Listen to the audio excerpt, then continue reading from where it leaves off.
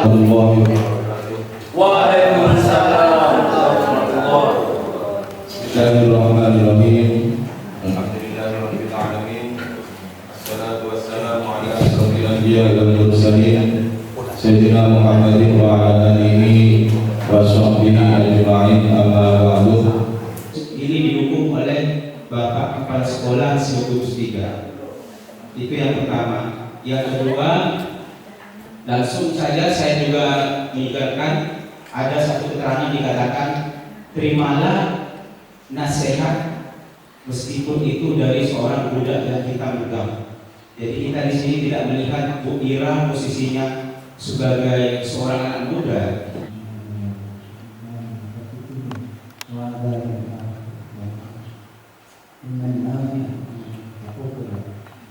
Assalamualaikum warahmatullahi wabarakatuh. Yang saya hormati Kepala Sekolah Gugus 3 Kecamatan Kediri, yang saya hormati Ketua dan Pengurus KKD Gugus 3 Kecamatan Kediri, serta Bapak Ibu Guru hebat se-Gugus 3 Kecamatan Kediri. Puji syukur kehadiran Allah Subhanahu wa Ta'ala karena pada pagi hari ini kita dapat bertatap muka di dalam ruangan ini dalam acara rutin pertemuan KKB rutin bulan Juni dalam keadaan sehat walafiat. Salawat beserta salam tak lupa saya tujukan kepada junjungan kita Rasulullah Nabi Muhammad SAW. Terima kasih saya ucapkan kepada pengurus KKD Gugus 3 Kecamatan Kediri yang telah memberikan kesempatan untuk saya untuk berbagi sedikit praktik baik tentang budaya positif. Rasa terima kasih juga saya sampaikan kepada kepala sekolah dan rekan-rekan SDN Contoh Ukir yang dari kemarin sudah berkolaborasi menyiapkan segala sesuatunya baik secara tenaga maupun pikiran. Rasa terima kasih juga saya sampaikan kepada rekan-rekan guru se-Gugus 3 Kecamatan Kediri yang sudah meluangkan waktunya untuk datang ke tempat ini, yang dari Pajalan sampai turun gunung naik gunung lagi, yang dari bawah naik gunung untuk mengikuti acara ini. Saya ucapkan terima kasih yang sebesar-besarnya. Jadi di sini adalah saya akan menyampaikan tentang budaya positif. Tujuan diseminasi yang pertama adalah peserta merasakan perubahan paradigma berpikir tentang disiplin. Yang kedua, peserta mengetahui konsep-konsep budaya positif. Yang ketiga, peserta mengetahui contoh penerapan budaya positif di sekolah. Di sini saya akan menawarkan kesepakatan kegiatan diseminasi pada pagi hari ini. Yang pertama yaitu peserta hadir tepat waktu. Alhamdulillah tadi undangannya jam 8, datangnya jam 9. Peserta mengikuti kegiatan dengan tertib dan aktif. Jadi saya berharap nanti Bapak Ibu aktif mengikuti kegiatan ini. Yang ketiga, peserta menyampaikan pendapat dengan sopan. Yang keempat, peserta mengikuti kegiatan dengan hati yang bahagia dan ceria. Jadi saya harap Bapak Ibu di sini mengikuti kegiatan ini dengan bahagia. Karena gini Pak, kalau kita mengikuti suatu kegiatan dengan bahagia, insya Allah ilmu yang didapat itu masuk Pak. TK itu Pak, masuk hilang distant memory itu Pak. Tapi kalau misalkan sebaliknya, kalau kita mengikuti suatu kegiatan dengan keadaan galau sambil marah Pak, insya Allah masuk kanan, keluar kiri. Seperti itu ya. Ya Pak ini. Budaya positif. Budaya positif di sekolah yaitu nilai dan kebiasaan di sekolah yang berpihak pada murid agar mereka dapat menjadi pribadi yang mandiri dan bertanggung jawab sesuai dengan profil pelajar Pancasila. Nah, agar budaya kita, ini ada 8 konsep inti budaya positif yang perlu kita pahami dan perlu kita terapkan. Yang pertama, perubahan paradigma belajar. Yang kedua, disiplin positif. Yang ketiga, nilai-nilai kebajikan. Yang keempat, kebutuhan dasar manusia, motivasi perilaku manusia, keyakinan kelas, posisi kontrol, dan segitiga restitusi. Jadi ada 8, lumayan banyak. Jadi monggo Bapak Ibu yang kopinya sudah habis bisa isi kembali, biar nanti tidak dapat duit. Karena kita Yang pertama yaitu pembelajaran dengan paradigma baru. Pembelajaran dengan paradigma baru merupakan pembelajaran yang dirancang berdasarkan prinsip pembelajaran berdiferensiasi. Pernah dengar Bapak Ibu? Pasti sudah kenal sekarang karena lagi booming-boomingnya ya. Kemudian sehingga peserta didik belajar sesuai kebutuhannya untuk mewujudkan profil pelajaran yang maksimal. Nah, untuk mencapai suatu paradigma baru tersebut tentunya kita sebagai guru juga perlu mengubah pikiran kita tentang pembelajaran. Untuk itu saya di sini ada suatu kegiatan. Di sini saya butuh 2 orang dari Bapak Ibu. Siapa ya? Bu Mila sama Pak Heri.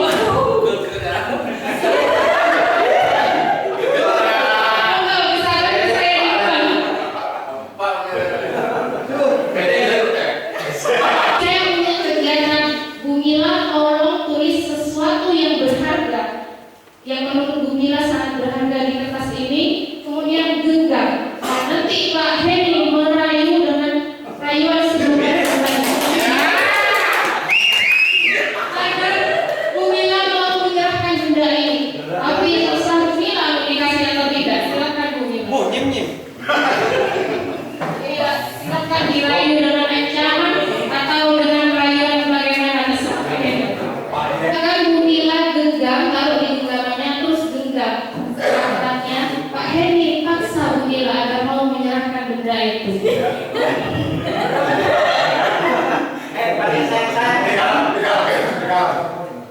Permisi, kamu tentunya kamu tergolong orang yang super dan ikhlas. Maukah sekiranya Anda memberikan barang yang kau genggam? Mungkin itu sangat berharga begitu.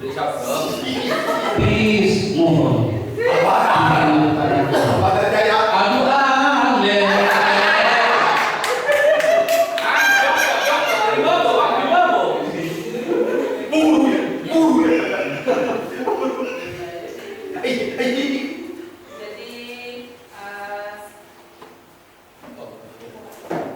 Sebagai siapa Anda ingin meminta kertas yang ada di dalam saya? Saya bukan siapa-siapa. Saya hanya membutuhkan yang hanya engkau yang memberikan barang itu. Karena barang itu tentunya sangat berharga. Justru karena barang ini sangat berharga buat saya, ini tidak akan saya berikan kepada sembarang orang. Pasti akan saya berikan kepada orang yang juga berharga untuk saya. Maukah itu akan aku ganti dengan harta, atau dengan senyuman, bahkan atau dengan sebelah bibirku?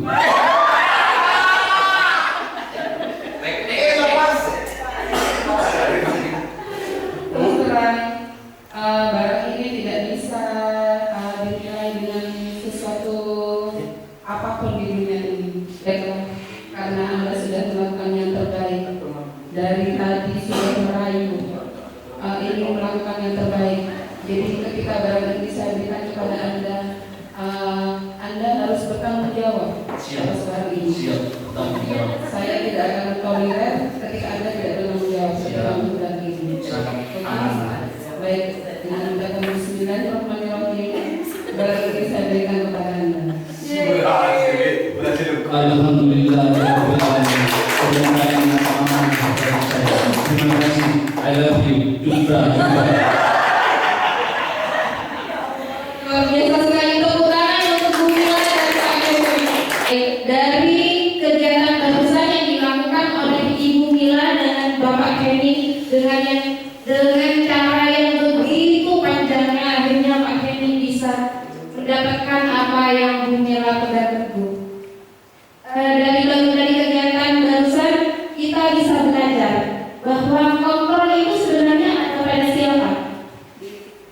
ada pada diri kita sendiri.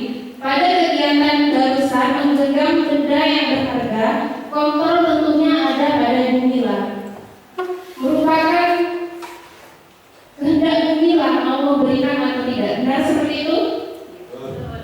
Nah, di sini kita sebagai guru juga harus merubah pola pikir kita bahwa kita bisa mengontrol anak seperti itu. Di sini jika dulu pada stimulus respon kita mencoba mengubah agar berpandangan sama dengan kita, saat ini kita harus merubah paradigma tersebut bahwa kita berusaha memahami pandangan orang lain tentang dunia. Jadi kita pasti punya pandangan lain. Kita tidak bisa memaksakan kehendak kita sendiri terhadap orang lain, apalagi terhadap murid kita. Yang kedua, perilaku buruk dilihat sebagai suatu kesalahan. Tapi paradigma baru mengatakan semua perilaku memiliki tujuan. Jadi apapun yang dilakukan seseorang pasti ada tujuannya. Yang ketiga, orang lain bisa mengontrol saya. Kenyataannya pada kegiatan barusan apakah orang lain bisa mengontrol kita? Tidak, tentu tidak. Hanya kita sendiri yang bisa mengontrol diri kita. Kemudian pemaksaan ada pada saat bujukan gagal. Barusan pada kegiatan barusan dari awal saat Pak Heni membujuk Bu Mila, saat Bu Mila tidak mau memberikan, apakah Pak Heni memaksa? Memaksa ya, bagus saja. Tapi pemaksaannya bukan dengan kekerasan Pak pastinya Pak, tetapi dengan kolaborasi dan kesepakatan. Dan tadi terjadi kesepakatan antara Bu Mila dan Pak Heni bahwa Pak Heni akan bertanggung jawab. Seperti itu kan ya Pak? Berarti tadi tercipta kesepakatan, bukan pemaksaan. Kemudian yang terakhir, model berpikir menang kalah. Kita ubah menjadi model berpikir menang-menang, bahwa apapun yang kita lakukan itu pasti ada tujuannya, dan kegagalan kita itu merupakan suatu kemenangan, suatu proses untuk menuju menang, seperti itu. Kemudian tadi paradigma belajar, perubahan paradigma belajar. Yang kedua adalah disiplin positif. Saya mau lihat dulu.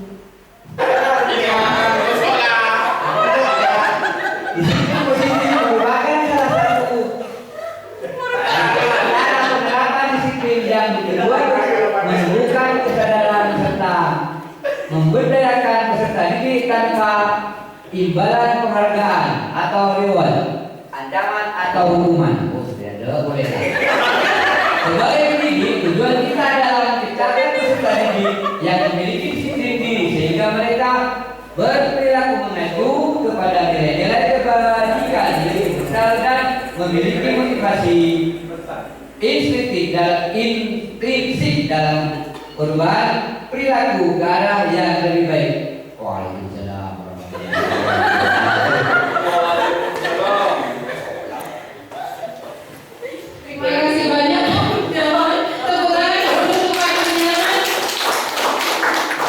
Jadi di sini disiplin positif adalah menumbuhkan rasa disiplin pada anak, tentunya tanpa imbalan maupun ancaman ataupun hukuman, seperti itu. Jadi kita menumbuhkan motivasi intrinsik pada diri peserta didik kita.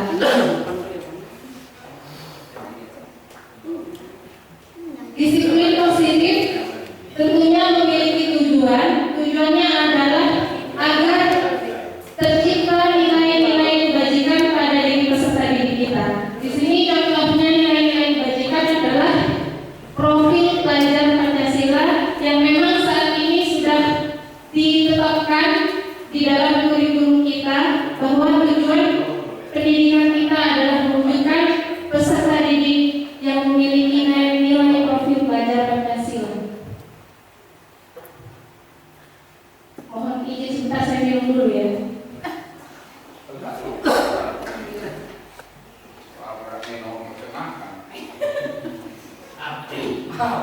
Baik Bapak Ibu, nanti dikat videonya.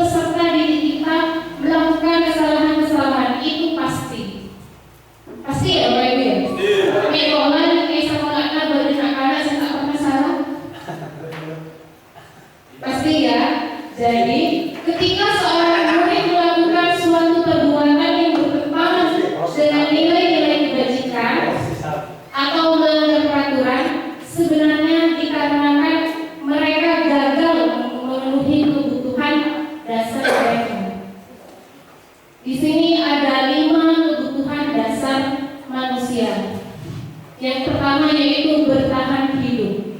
Pasti kita sebagai manusia punya kebutuhan bertahan hidup.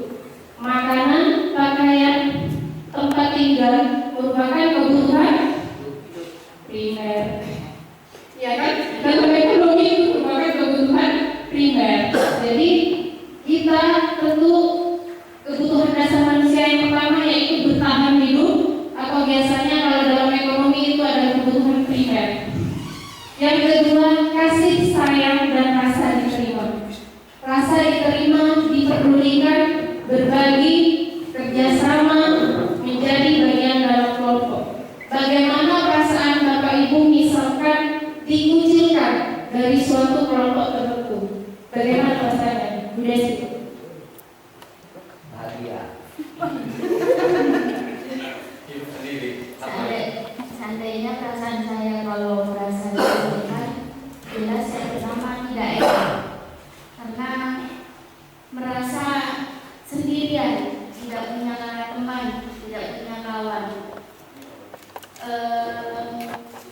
Pengen sekali pindah dari tempat itu kalau merasa dikucilkan, pengen pindah, terus pengen cari suasana baru yang di dalamnya itu penuh dengan kasih sayang, terus kerjasama, rasa peduli, seperti itu. Jelas yang pertama itu tidak enak, terus tidak nyaman. Baik, terima kasih Bu Desi. Benar sekali apa yang dikatakan oleh beliau, bahwa kita sebagai manusia sangat butuh yang namanya kasih sayang dan rasa diterima. Setuju atau tidak? Setuju. Baik, selanjutnya yaitu penguasaan. Penguasaan di sini yang dimaksud adalah harga diri, keinginan untuk dianggap, memimpin, berprestasi, diakui dan didengar. Adakah di sini Bapak Ibu yang waktu sekolah tidak ingin berprestasi? Corona misalkan ranking misal seperti itu.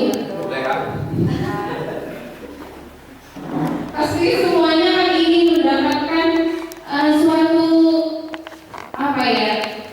Ya benar. Bahagia masuk di kasih sayang.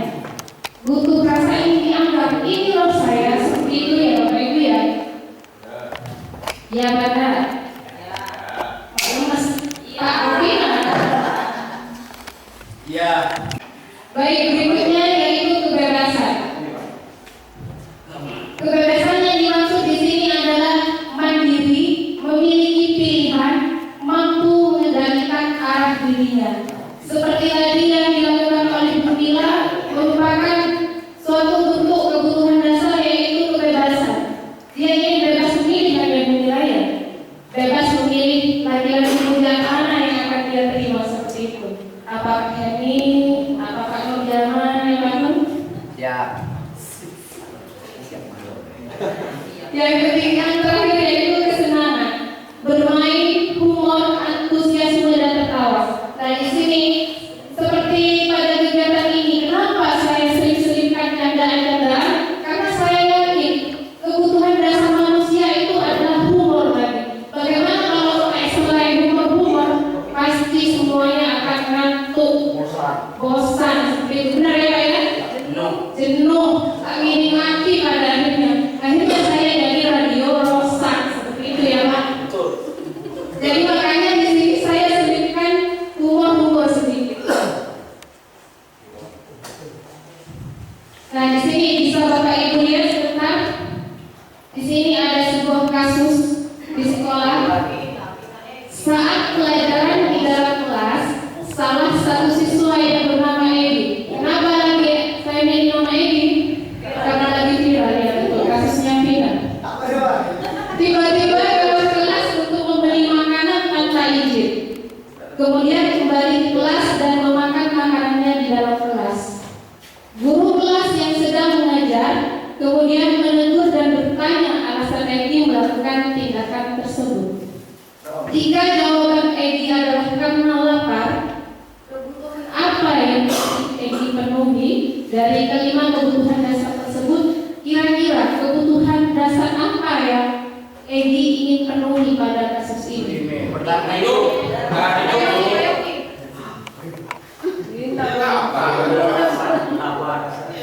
Kembali ke TikTok. Pertama, Bertahan hidup. Karena setiap manusia itu masalah nomor satu. Kita kerja itu untuk makan. Oh, udah nggak nama dodo. Itu saja, terima kasih. Baik, terima kasih. Apakah Bapak Ibu yang lain punya pendapat yang berbeda? Oh, sama. Sama. Tidak sama. kebutuhan pertama Eko. Ya bukan terlalu katanya minum air.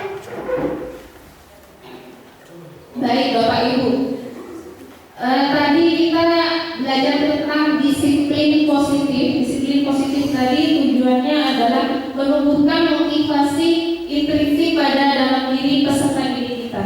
Nah, sedangkan di sini motivasi perilaku manusia itu ada dua, yaitu motivasi ekstrinsik dan yang kedua motivasi intrinsik. Motivasi ekstrinsik bisa kita tanamkan dalam diri peserta didik kita dengan memberikan ketidaknyamanan, yaitu hukuman atau sebagainya yang setara dengan hukuman. Yang kedua juga memberikan imbalan dan penghargaan. Biasanya Bapak Ibu di sini kalau siswa berprestasi itu diberikan imbalan atau tidak? Harus. Sebagai motivasi ya Pak? Ujian. Tapi itu hanya bersifat sementara Pak. Kalau terus menerus kita misalkan hari ini kita berikan karena dia dapat nilai 100, kita berikan hadiah. Besoknya lagi kalau dia dapat 100, kita berikan hadiah lagi. Itu akan menjadi motivasi ekstrinsik pada diri anak Pak. Maka dia akan ketagihan kalau tidak diberi hadiah, maka dia tidak akan mau belajar seperti itu. Apakah Kak ini punya pendapat yang berbeda? Sangat betul sekali. Jika salah menanamkan kebiasaan pada anak akan menjadi kebiasaan menjadi karakter yang negatif. Contoh, siswa dalam berprestasi diberi hadiah, besok diberi hadiah, besok diberi hadiah. Karena karakter itu sudah menjadi satu dengan jiwanya, maka mereka jika tidak ada motivasi untuk mendapatkan hadiah atau penghargaan, mereka itu sudah tidak mau belajar lagi karena sudah tidak ada penghargaan lagi. Seharusnya penghargaan itu tidak harus selalu hadiah, tapi cukup dengan ujian atau dengan ucapan atau dengan gerakan yaitu memberikan jempol. Terima kasih. Terima kasih banyak. Akhirnya tepuk tangan dulu untuk penyanyi dari semangat. Betul sekali apa yang disampaikan oleh Bapak ini, bahwa motivasi ekstrinsik seperti hukuman dan imbalan tadi hadiah itu merupakan jangka pendek ya Pak, yang justru akan memberikan seperti ketagihan kepada anak. Jadi jika tidak memberikannya, anak justru akan semakin kendor seperti itu. Baik, tadi ada yang mengangkat tangan Pak ini. Assalamualaikum warahmatullahi wabarakatuh. Kalau saya kurang sependapat sedikit ya mengenai reward itu atau penghargaan, karena menurut yang saya dengar pengalaman dari Pak Mendy dulu waktu masih ada di SD Sanjung Bapak itu Pak Mendy bercerita ketika untuk memotivasi siswa untuk belajar atau disiplin positif itu biasanya Pak Mendy memberikan berupa barang, pensil, penghapus seperti itu. Saya tidak tahu apakah dalam kurikulum mereka ini pemberian imbalan seperti itu sekarang dilarang atau tidak. Kalau yang pembelajaran dilarang, kayaknya pemberian imbalan berupa barang itu masih bisa diperbolehkan seperti itu. Dan menurut cerita juga dari Pak Mario, pemberian imbalan atau reward yang seperti itu sangat efektif untuk memotivasi siswa atau berani ke depan untuk ya maju ke depan seperti itu. Terima kasih. Baik, terima kasih.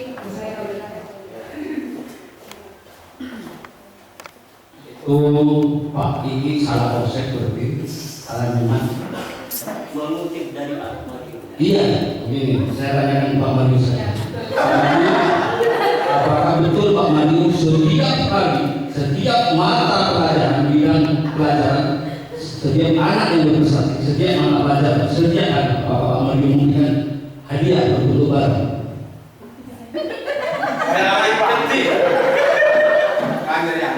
Terima kasih. Mungkin saya disinggung Pak ini. Saya juga tidak tahu apakah itu benar atau tidak. Yang jelas, saya hanya melihat keefektifan. Benar yang saya baik dulu saya waktu mengajar itu, di meja saya itu selalu tersedia pensil, apa itu yang untuk ngajar ini pensil, terus pulpen. Setiap hari itu pasti ada yang dapat itu. Saya jatah kalau tiap hari itu 2 pensil lebih. Jadi hanya untuk penguatan yang bisa. Jadi itu anak-anak berlomba-lomba. Jadi itu menurut saya efektif. Tidak tahu kalau yang bisa mendapati seperti itu bahwa di Gunung Merdeka itu adalah salah. Kalau menurut saya dua-duanya memang harus jalan. Motivasi intrinsik dan intrinsik. Untuk membangkitkan motivasi intrinsik saya kira tidak semudah itu. Kalau dari intrinsik insya Allah mudah. Terima kasih. Itu jawaban dari Pak Madiun. Dari saya tambahan ini. Saya setiap hari juga memberikan motivasi kepada anak. Tetapi hadiahnya bukan pen, PP Malu saya tulis di ujiannya terang. Saya itu kepada anak istilahnya hadiahnya adalah sebagai motivasi, yaitu istilahnya cibu, cepat dapat. Itu menjadi karakter di tahun 5. Setiap pelajaran itu pun setiap hari, setiap pelajaran setiap hari. Yuk cepat dapat. Seandainya waktunya adalah istirahat, waktunya istirahat. Yuk cepat dapat. Tapi saya sudah memberikan konsep kepada siswa. Siapa yang mampu melaksanakan mengerjakan tugas ini lebih awal selesai dan mendapatkan 100, maka kamu berhak istirahat lebih awal. Dan yang berikutnya masuk, baru kita mengulas. Lalu ganti materi berikutnya. Lalu persiapan pulang, yuk CD. Pak, bahkan dari kebiasaan karakter anak, karena untuk mendapatkan itu, Pak, CD Pak, CD. Gua ya CD Pak. Berarti menginginkan siapa cepat, siapa benar, itu ingin pulang lebih awal. Walau siapa saja. Itu setiap hari saya lakukan, tidak bukan berbentuk pen, karena saya paling ini di Cina ini udah ada lagi mulai itu jadi itu sekarang 3 dikali 2 dikalikan 2 ditambah 5 berapa? Itu kan penguasaan konsep, bukan apa namanya asosiatif, ya asosiatif. Bukan. Ya. Itu kan anak karena guru mengerjakannya dari awal sudah langsung. Ya, misalkan 2 tambah 5 kali 3 langsung 2 tambah 5 kali 3. Padahal yang benar kan perkalian lebih jawab. Ada yang saya Pak selesai Pak berapa sekian bukan. Ternyata yang benar adalah yang itu yang sesuai dengan asosiatif itu. Akhirnya oke, kamu boleh pulang. Bukan berusaha yang lain berusaha. Mau kembali dia saya Pak. Itu hadiahnya. Jadi tidak untuk Pak. Terima kasih. Mungkin kalau salah pemilihan karakter seperti tahun ini mulai besok saya ubah. Terima kasih. Terima kasih untuk Pak Henny, Pak Mario dan Pak Edi. Ada tanggapan lagi dari Pak Edi. Semakin memanas semakin siap. Tepuk tangan untuk kita semua dulu. Ya, apa yang dilakukan oleh Pak Henny itu memang sudah benar Pak. Bahwa riwayat itu bisa berupa, kalau yang dulu Pak, yang saya tahu bisa berupa barang maupun perban. Mungkin yang dilakukan Pak Henny itu ya non verbal ya, bukan berupa barang. Jadi banyak macamnya juga reward. Ya, jadi yang fokus masalah kita di sini dalam apa ya, motivasi yaitu ya. Di sini kan di depan tadi dijelaskan tanpa memberikan imbalan seperti itu. Yang jadi fokus masalah kita itu di sana. Apakah itu dalam pemberian reward berupa barang itu efektif atau tidak, itu yang menjadi permasalahan kita. Yang dilakukan oleh Pak Menteri itu memang sudah sangat efektif juga, sudah termasuk reward juga seperti itu. Yang saya permasalahkan di sini tanpa memberikan imbalan seperti itu berupa barang. Baik, terima kasih untuk Pak Igi. Silakan. Baik, terima kasih Bu Ira atas waktunya karena sudah makin siang, tidak terlalu siang. Setelah selesai saya begitu. Baik, beda lagi dengan saya di sini. Tambah wakil 1, tambah wakil 5, beda lagi. Kalau saya malah tidak mau memberi reward seperti Pak Heri, misalkan cepat-cepat dia pulang duluan. Karena kita di kurikulum Merdeka itu berdiferensiasi itu, kalau seperti itu tidak memberi kesempatan kepada yang terlambat untuk belajar, dan efek sampingnya juga banyak. Dia ada dua faktor. Yang pertama, dia memang menguasai pembelajaran. Yang kedua, dia ingin cepat-cepat pulang atau cepat-cepat main karena ada sesuatu hal di selanjutnya, mungkin seperti itu. Menurut saya kurang efektif. Kalau saya malah yang selesai duluan, lah ini selesai, silakan diajari temannya dulu yang belum selesai. Jadi saya suruh untuk memberitahukan kepada temannya. Kalau menurut saya, kalau seperti itu hanya satu orang itu yang kita terus nanti, karena tujuannya mungkin dari Pak Makeni tercapainya pembelajaran, biar saya selesai ngajar anak sukses. Maunya seperti itu, sukses semua. Tapi akhirnya yang belakang waktu saya lengaan, akhirnya hanya beberapa orang mungkin yang bisa cepat pulang duluan. Mungkin tak usah bahas boleh Pak, tak usah. Stop. Dia tahu. Iya. Dia tahu. Bahasa boleh? Iya, nambah. Tak usah dong. Siapa?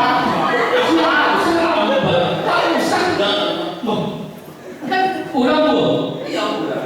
Jadi terus kalau diberikan seperti tadi barang-barang pensil, ya seperti orang ini mungkin tadi ya kalau saya punya uang itu masuk akal, tidak punya uang pakai ini ya Pak, tak bisa beli. Mungkin udah tak beli kan? Tadi ya. Jadi seperti itu mungkin kita nanti larinya ke yang berdiferensiasi itu tadi Pak. Jadi diberikan kebersamaan untuk mereka sama-sama merasakan. Jangan ditinggalkan. Yang lambat jangan ditinggalkan. Kita bawa untuk berlari juga. Kalau yang lambat ditinggalkan, yang cepat makin cepat. Akhirnya cepat terus dia. Yang satu orang lari terus dia. Lari terus. Yang lambat akhirnya ini bisa kosong. Tidak. Asyik untuk lambat malu lo kasih A. Mungkin seperti itu Pak. Jadi itu menurut saya. Tapi tak usah bahas orang tua. Joko, assalamualaikum. Terima kasih. Ini untuk yang tadi di sana saya sudah punya konsep, yaitu adanya pembelajaran dengan memberikan pertanyaan atau sebagai tutor. Tadi yang sang itu karena merupakan sudah menjadi karakter bagi siswa yang lebih, yang berprestasi, itu orang sampai tidak tanpa disuruh Pak keluar ini boleh enak, tapi boleh jangan, tidak boleh jangan. Itu yang kami pakai. Terima kasih. Boleh. Saya.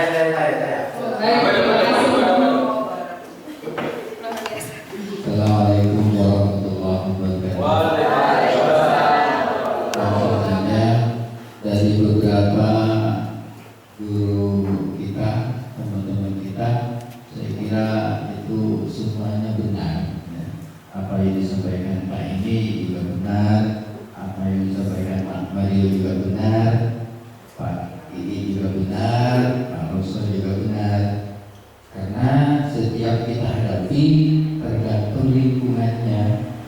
lingkungan ini secara psikologis ya, saya jelas secara psikologis saja, anak memiliki karakter yang berbeda, lingkungannya pun berbeda, lingkungan desa, masuk ke desa, masuk yang paling desa, paling terbelakang pun beda yang kita hadapi. Itu apalagi bersamaan dengan di kota. Jadi apa yang disampaikan teman-teman semua itu benar, ya. Asalkan apa? Tidak berlebihan, tidak berlebihan. Yang jelas di sana tadi saya baca di depan itu ada penghargaan. Jelas penghargaan itu macam-macam, baik berupa barang apa yang disampaikan beliau tadi, ada juga berupa pujian, ada juga berupa penghargaan untuk memberitahu kepada teman. Itu juga bagus kok, positif semua itu. Asalkan semuanya berlangsung seefektif mungkin. Jadi itu saya kira membangun psikologis anak itu, punya kepercayaan diri nantinya.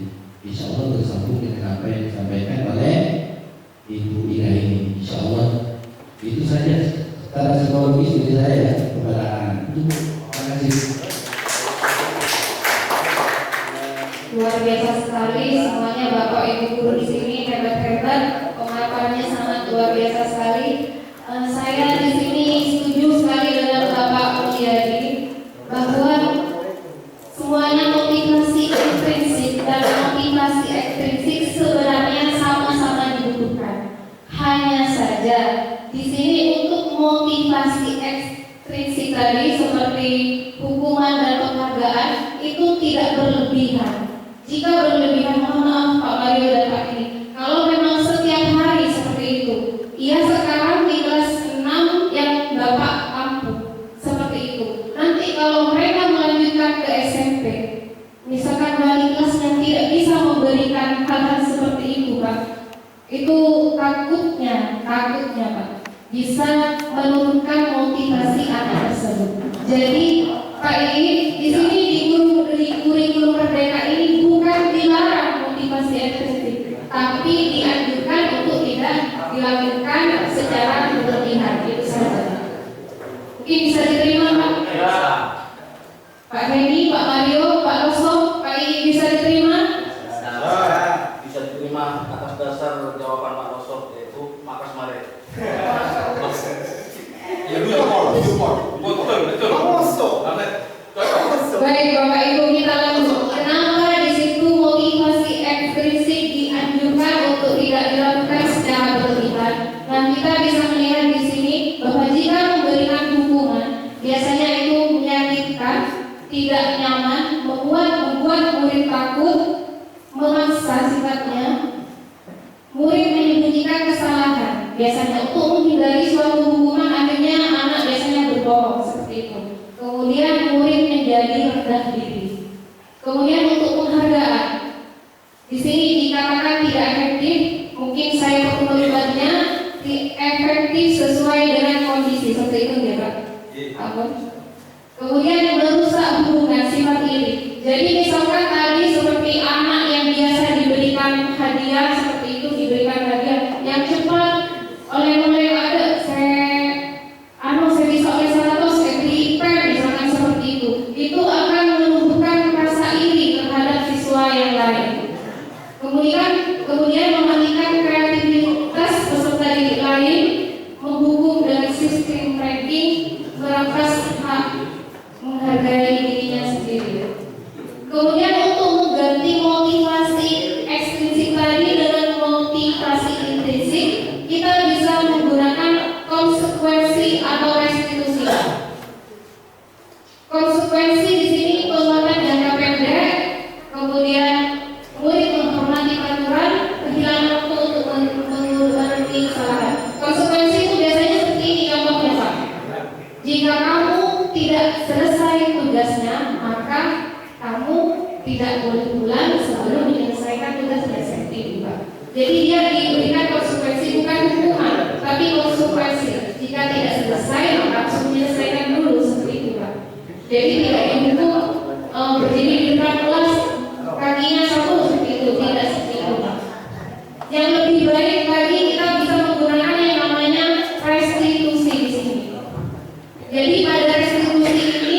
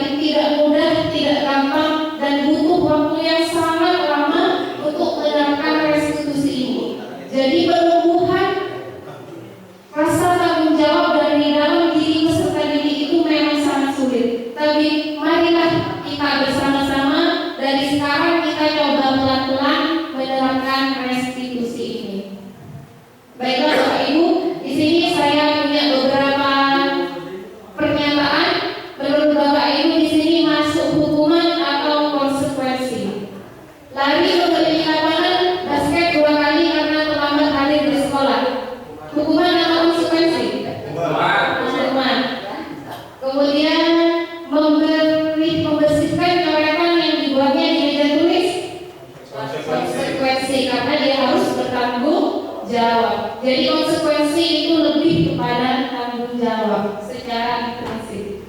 Kemudian murid diminta untuk push up 15 kali karena tidak menggunakan masker. Menggantikan kertas tugas teman yang telah dicoret-coret. Konsekuensi. Berjemur di lapangan basket. Lanjut. Murid diminta berbelanja kaki sepanjang hari karena tidak menggunakan sepatu warna hitam. Berdiri di depan kelas. Bersihkan tumbuhan air. Konsekuensi. Jadi tanggung jawab karena sudah menyenggol ini ya, tumbuhan air. Yang terakhir, tinggalkan 10 menit dan istirahat untuk mengerjakan tugas karena terlambat datang dan tertinggal pelajaran selama 10 menit. Konsekuensi baik luar biasa sekali, Bapak Ibu. Nah, sekarang kita waktunya ice breaking. Berarti sudah sampai di pertengahan. Biar Bapak Ibu tidak bosan, mari kita melakukan ice breaking secara bersama-sama. Bapak Ibu, boleh saya minta untuk berdiri semua? Tetap dengan kelompoknya masing-masing.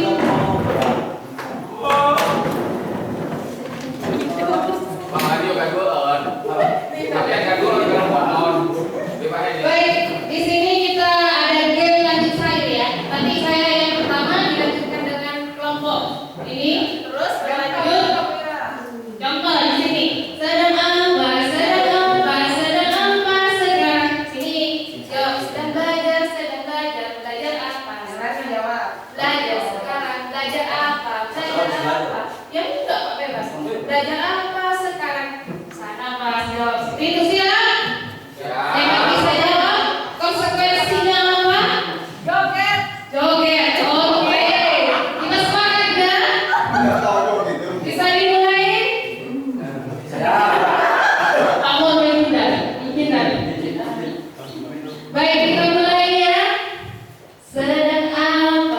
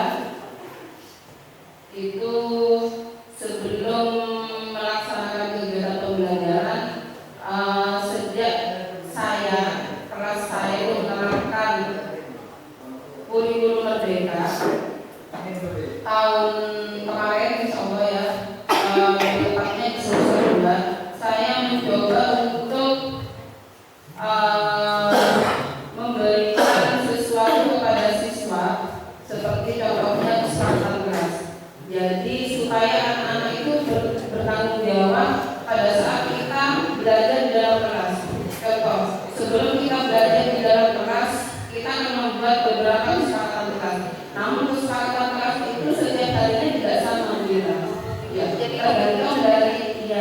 Jadi kita buat setiap hari itu berbeda. Contoh satu hari kita akan membuat kesepakatan kelas 2 sampai dengan 3 kesepakatan. Yang pertama namanya ketika siswa mau bertanya, ketika siswa mau bertanya itu harus berbeda atau mengangkat tangan. Sepakat Bu. Jadi ketika ada siswa yang berbicara tanpa mengangkat tangan, jadi jadi tidak ditanggapi oleh teman-teman yang lain karena itu sudah merupakan kesepakatan. Kemudian yang kedua, kesepakatan kelas yang kita buat itu adalah ketika masuk ke dalam kelas mengucapkan salam.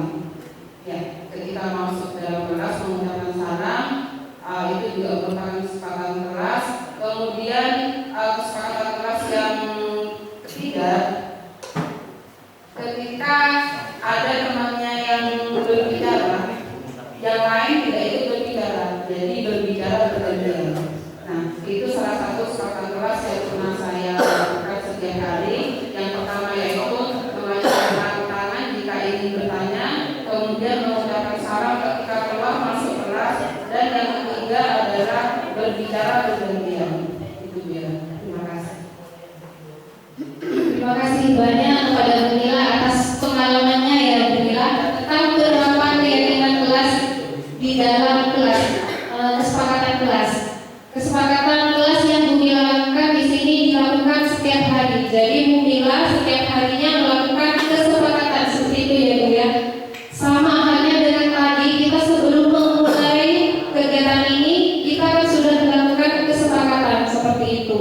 Jadi di sini kenapa keyakinan atau kesepakatan kelas? Kenapa bukan peraturan? Karena di sini menurut dosen keyakinan atau kesepakatan akan lebih memotivasi seseorang dari dalam. Jadi akan menumbuhkan motivasi intrinsik pada diri peserta didik kita. Seperti itu. Jadi seperti ini. Bagaimana cara membuat keyakinan kelas atau kesepakatan kelas?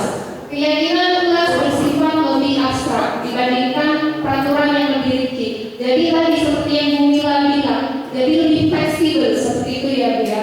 Kemudian pernyataan keyakinan kelas dibuat dalam bentuk kalimat positif. Jadi tidak ada larangan, tidak ada jangan seperti itu. Jadi lebih diarahkan ke kalimat-kalimat yang positif. Keyakinan kelas hendaknya tidak terlalu banyak agar mudah diingat. Benar sekali tadi Bu Mila hanya 3 setiap harinya seperti itu. Kemudian dapat diterapkan dalam lingkungan tersebut dan semua warga kelas ikut berkontribusi dalam pembuatan keyakinan kelas tersebut.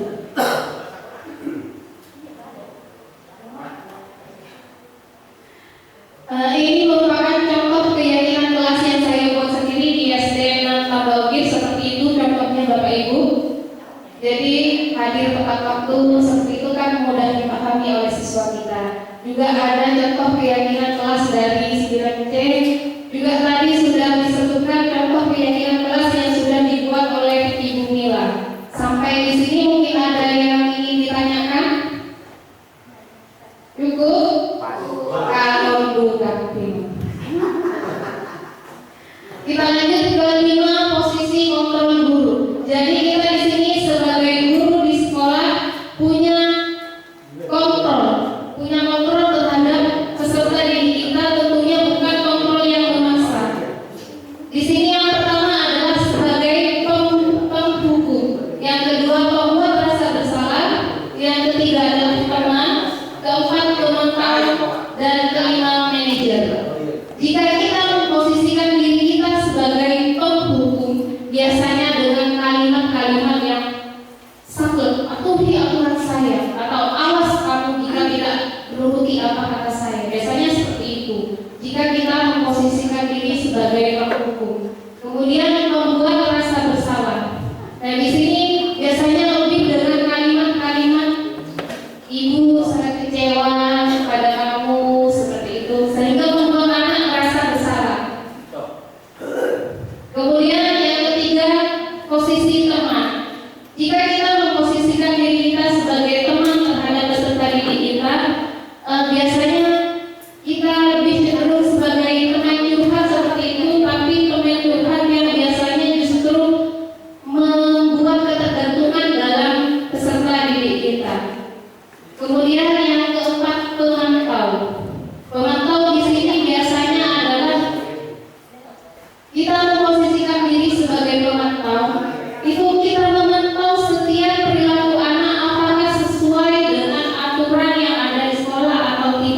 Kemudian kita memantau perilakunya, jika tidak sesuai kita peringatkan seperti itu. Itulah posisi pemantau. Kemudian yang terakhir adalah posisi manajer. Posisi manajer inilah yang diharapkan agar kita sebagai guru bisa menumbuhkan motivasi intrinsik dalam peserta didik kita. Jadi jika kita sudah bisa memposisikan diri sebagai manajer, insya Allah setiap masalah yang dihadapi oleh peserta didik kita akan terselesaikan dan menumbuhkan motivasi intrinsik dalam peserta didik kita. Kemudian berikutnya, posisi apakah yang Bapak Ibu biasanya terapkan di sekolah? Manajer. Pak Nurjaman, monggo. Menurut pengalaman saya, posisi yang saya lihat pada suatu ini itu sebagai momennya. Ada kalanya kita harus berposisi sebagai orang tua. Ketika saat kita mendidik dan sisi-sisi negatif dari siswa. Ada kalanya kita sebagai teman. Ketika kita dalam posisi atau melihat siswa yang begitu. Ada kalanya kita harus berposisi sebagai pengaman. Yang terakhir ya ada kalanya kita posisi sebagai manajer. Artinya posisi kita disesuaikan dengan momen yang kita hadapi saat itu. Terima kasih. Baik, terima kasih banyak kepada Pak Nurjaman, luar biasa sekali. Sebenarnya benar apa yang dikatakan pada teman beliau bahwa kita sebagai guru harusnya bisa memposisikan diri kita sesuai dengan keadaan seperti itu ya Bapak ya. Cuma di sini jika kita menerapkannya dalam anak yang bermasalah seperti itu kepada siswa yang sedang bermasalah atau melanggar peraturan, jadi sebaiknya kita memposisikan diri kita sebagai manajer seperti itu Pak. Jika mereka melakukan suatu kesalahan seperti itu Pak. Jadi Pak Nurjaman tadi sudah menjawab posisi apakah yang Bapak Ibu biasanya terapkan di sekolah. Beliau sudah menjawab tergantung situasi. Mungkin dari yang lain.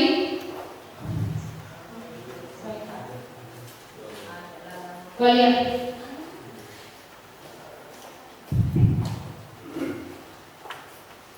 Kalau saya sudah menerapkan posisi manajer, betul dengan apa yang disampaikan Pak Nurjaman tadi, kita memposisikan diri sesuai dengan kebutuhan anak. Itu adalah manajer, betul kan? Ketika saya di kelas 1 itu ya, ada sebuah kasus, ada satu anak yang tidak mau menulis, disuruh menulis tidak mau, disuruh membaca tidak mau. Dilaporkan ke polisi. Kemudian disuruh belajar dengan temannya tidak mau. Saya tanya karena itu. Nah, kamu itu pengennya apa? Seperti itu. Tidak pengen apa-apa Bu katanya.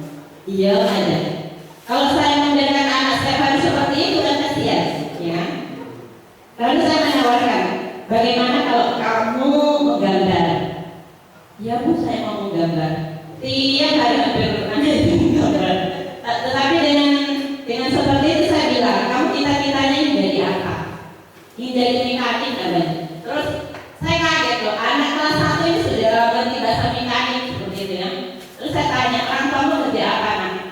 Kerja di bengkel Bu katanya. Oh berarti anak ini sudah paham ya tentang mekanik itu bahwa alat-alat mesin gitu Mas. Terus saya motivasi anak itu, nah kalau kamu ingin menjadi mekanik kamu tidak hanya menggambar, tetapi kamu juga harus bisa membaca, kamu harus bisa menulis seperti itu. Dengan sendirinya anak itu lambat laun bisa mau lah sebenarnya untuk belajar dan menulis. Terima kasih. Oh nampak bagus tuh, saya tertarik sama orangnya. Sudah dibawa ke polisi Pak? Sudah Pak. Terima kasih kasusnya kalau sudah ditangani. Ini mohon kepada Bapak, Ibu, ini adalah permasalahan. Tolong bantu kami punya siswa.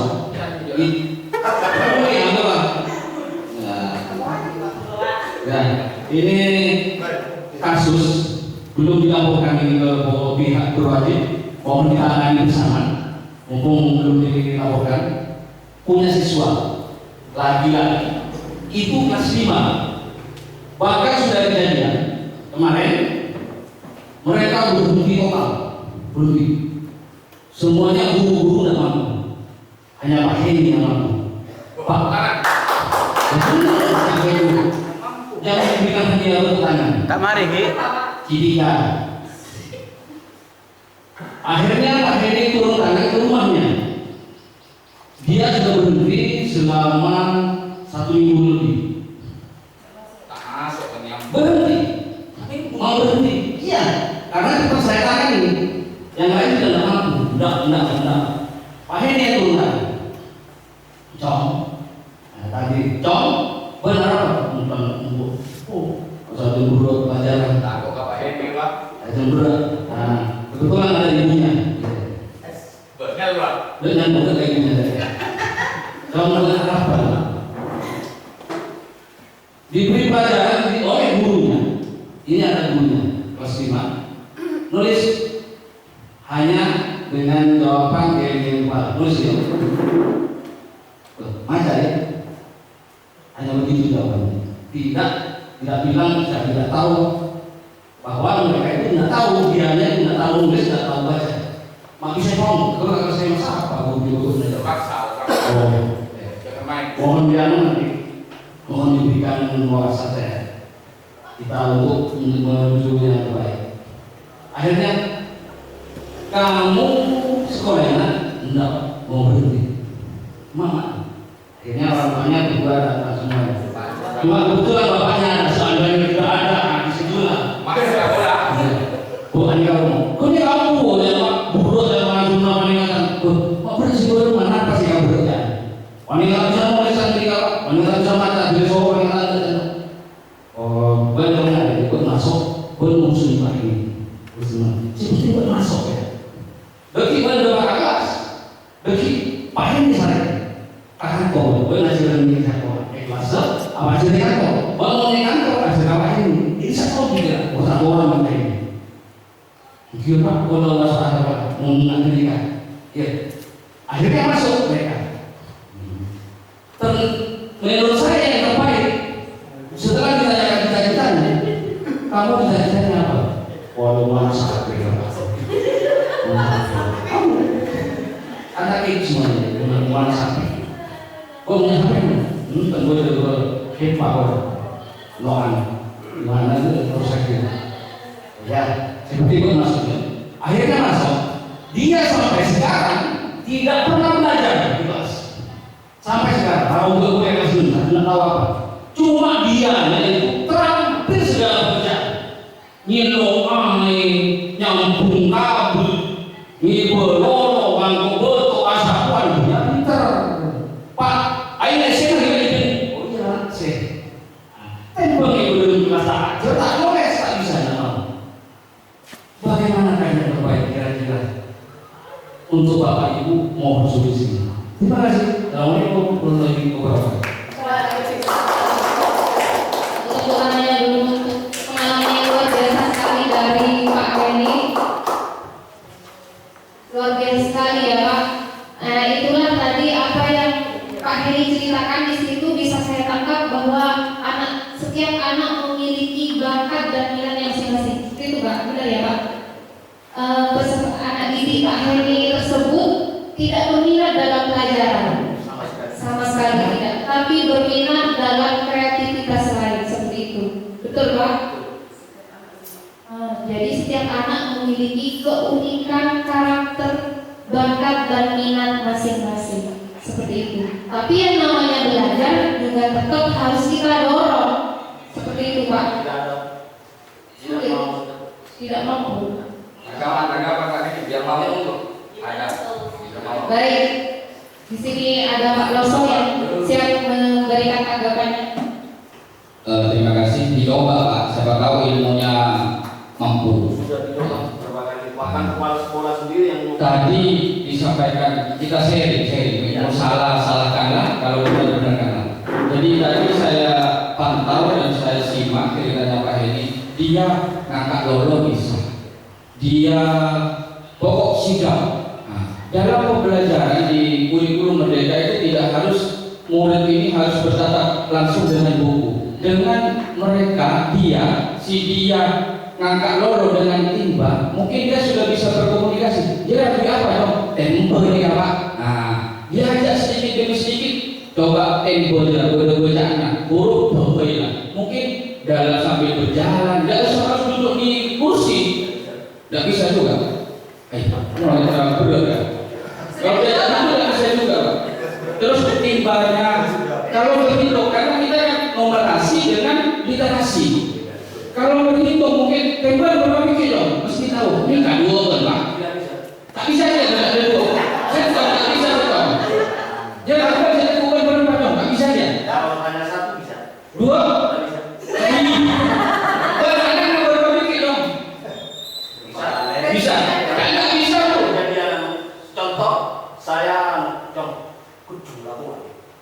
Mungkin apa? Enak, di gerbo nanti bisa ya? Anu kok itu ilmu kan Pak? Dia berbagi contoh, ayo berbagi. Tahu di mana? Mungkin butuh pelatihan. Apa mereka harus saya bunuh? Iya. Tapi dengan begitu mereka sudah belajar sebenarnya Pak. Belajar dengan gaya belajarnya sendiri. Karena belajar itu banyak gaya. Jadi belajar secara tidak langsung, cuma kita juga paham sudah. Oh iya aja lah. Tidak kalau santai itu kok gece enggak? Kita bertanya. Wah, saya. Oh saja tak ada. Tak kira kita nonton mobil kertas. Iya. Iya kan? Sini, enggak mau coba kamu yang Ivan mau bisa aja dapat. Wah, doi bagi para sama dengan alat kabeli. Ya mungkin begitu sudah. Akhirnya dia bisa kerja meskipun tidak jadi hal-hal yang ini. Tujuannya kita sekolah lulus dekat kami macam bisa alat kabeli sama malah lagi bodi tidak tulis surat atau. Tidak langsung apa yang dilakukan oleh Pak Kenny dan Pak Mul itu sudah masuk di dalam segitiga restitusi ini Pak sebenarnya. Jadi apa itu segitiga restitusi? Yaitu suatu proses dialog yang dijalankan oleh orang tua atau guru untuk menyelesaikan masalah agar dapat menumbuhkan motivasi intrinsik sehingga anak menjadi mandiri dan bertanggung jawab. Seperti apa yang tadi disampaikan oleh Pak Yudi dan Pak Mul, meskipun anak tersebut tetap tidak mau belajar seperti itu ya Pak, tapi tetap tumbuh motivasi intrinsik dalam dirinya untuk tetap ke sekolah pada akhirnya ya Pak. Ke sekolah meskipun tujuannya itu sangat mulia, yaitu membantu ya SID itu kan luar biasa sekali, sulit sekali mencari anak yang seperti itu di masa sekarang, betul atau tidak? Ya, jadi apa yang dilakukan oleh Bapak Ibu, Pak Hendy, Pak Mo, mungkin juga teman Bu Alia tadi sudah secara tidak langsung menerapkan segitiga restitusi. Jadi ada 3 tahapan dalam melaksanakan segitiga restitusi. Yang pertama adalah menstabilkan identitas, kemudian validasi tindakan yang salah, kemudian yang terakhir menanyakan keyakinan. Tadi Pak Henny saat pergi ke rumahnya murid itu Pak, kemudian menanyakan kenapa kok tidak masuk. Itu sudah masuk di tahap menstabilkan identitas sebenarnya Pak.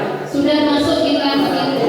Kemudian ada validasi tindakan yang salah. Apakah Pak Henny saat umurnya itu sempat menanyakan kepada anak itu, apakah sudah tak masuk ke area mencakup gerakan seperti itu? Apa saat menanyakan seperti itu Pak?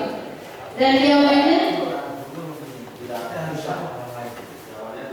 tidak bisa seperti itu ya Pak.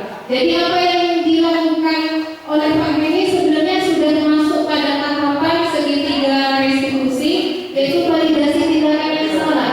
Meskipun pada akhirnya anak itu tetap tidak mau belajar, tapi setidaknya anak itu sudah mau masuk sekolah. Seperti itu kan ya Pak? Yang ketiga, menanyakan keyakinan. Pada tahap menanyakan keyakinan ini, siswa diberikan kesempatan untuk, tadi Pak Henny juga sudah bilang, bermasuk akal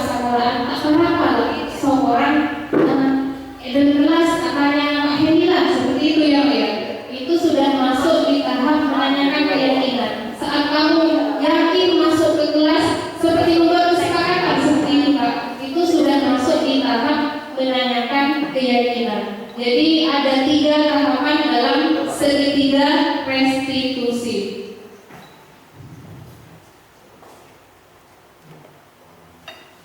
Nah, di sini saya juga sudah menerapkan pada salah satu kasus pada murid saya. Pada saat itu, pada jam istirahat, tanpa disengaja saya melihat salah satu siswa saya itu menemukan potongan-potongan kertas di kelas, burung itu loh Pak, sehingga mengotori kelas tersebut. Kemudian saya langsung mengajak berdialog anak tersebut. Nah, seperti ini yang saya lakukan, yang saya praktekkan. Bapak Ibu mohon hati-hatinya sebentar.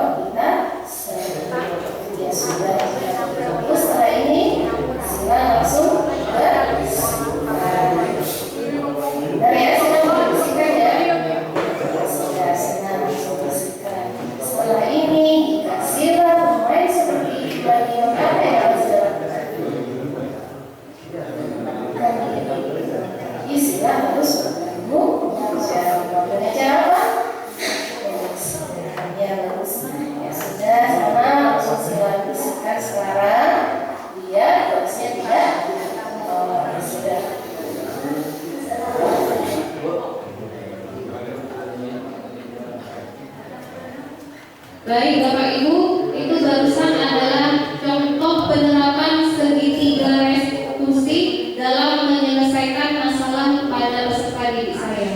Mungkin sampai di sini ada yang ingin bertanya? Paham semua? Sudah pintar semua? Baik Bapak Ibu. Sebelum diseminasi pada pagi hari ini saya akhiri, terakhir saya ingin refleksinya dari salah satu Bapak Ibu guru, apa yang sudah dipelajari hari ini, bagaimana perasaannya, kemudian apa yang akan Bapak Ibu rubah ke depannya. Mohon salah satu dari Bapak Ibu guru untuk memberikan refleksinya. Pak Ivan itu lama dari masuk media pulang. Pak Ivan? Tadi pada kecil, refleksi bagi kawan, refleksi. Iya, benar benar. Pak Ivan, jangan dulu. Wah, mas saya kok mikir bodoh kali, Pak Ivan. Ini saya leca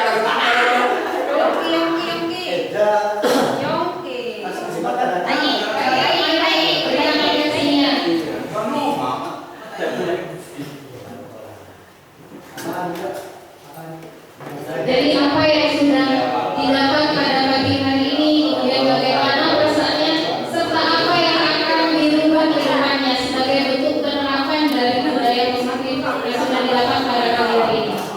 Satu poin dari saya yang sangat melekat tadi bahwa dalam disiplin positif itu sebaiknya tidak menggunakan imbalan yang berlebihan. Untuk kedepannya yang saya lakukan kebiasaan itu yang memberi imbalan berupa barang itu akan kami kurangi dengan kegiatan atau reward yang lainnya seperti itu. Terima kasih. Terus bagaimana rasanya hari ini dari awal sampai akhir Pak? Apa ada semangat sekarang jadi kapan dua atau bagaimana? Perasaan saya hari ini bahwa diseminasi itu sangat berguna bagi kami sekaligus sebagai informasi kepada kami untuk dilanjutkan atau sebagai informasi kepada guru-guru yang lainnya seperti itu. Baik, terima kasih banyak kepada Bapak Iwan Mahyudi dari SDN 1 Tambak Ukir atas refleksi yang sudah diberikan pada pagi hari ini. Baik Bapak Ibu, dengan berakhirnya refleksi tadi berarti berakhir pula penyampaian materi diseminasi budaya positif pada pagi hari ini. Saya sangat berterima kasih sekali kepada Bapak Ibu guru yang dari tadi sangat luar biasa aktif, terutama Bapak Heni, terutama dulu untuk Pak Heni, Mila, kemudian kamu juga teman-teman yang lain luar biasa aktif sekali. Saya ucapkan terima kasih banyak atas keaktifannya dan antusiasmenya, dan saya juga mohon maaf karena kita sama-sama belajar